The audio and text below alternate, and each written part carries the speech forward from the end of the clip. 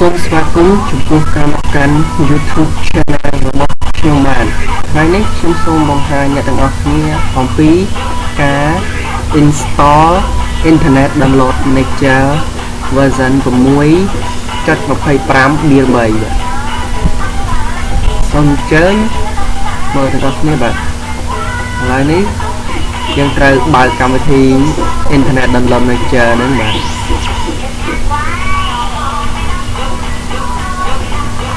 ហើយបន្តមកយើងដំឡើង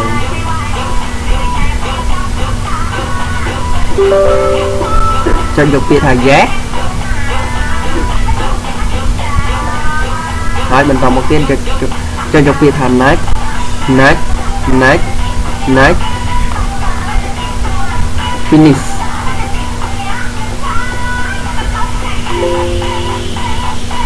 អូខេឥឡូវយើងបានដំឡើងរួចហើយ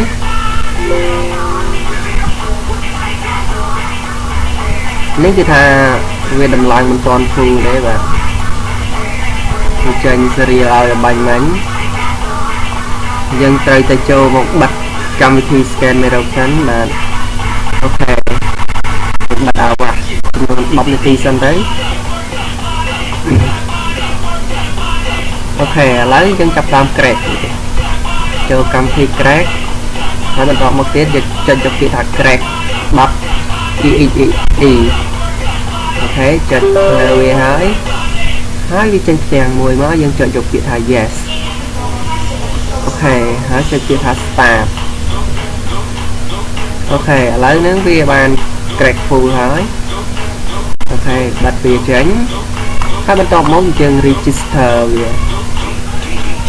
អូខេចុចយកពាក្យ run អូខេចុចយកពាក្យ yes អូខេចុចយកពាក្យ yes ទៀតអូខេចុចយកពាក្យ OK វិញម្ដងណាឥឡូវនេះយើងបានដំឡើងវាដោយជោគជ័យហើយសូមចូលទៅបើកកម្មវិធី Internet Download Manager របស់គ្នាបាទអូខេតែហើយណាហើយយើងមើល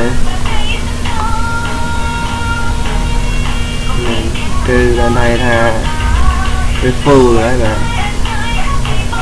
sorry បាទនេះគឺវា full ហើយបើថាវាចេញ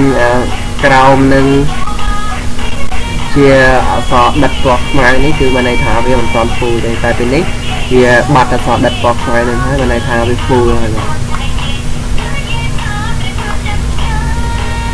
បាទពេលនេះយើងបានដំឡើងកម្មវិធី Internet Download Manager full version ហើយបាទសូមអរគុណចំពោះការចូលមកកាន់ YouTube Channel របស់ខ្ញុំបាទសូមជម្រាបលាបាទ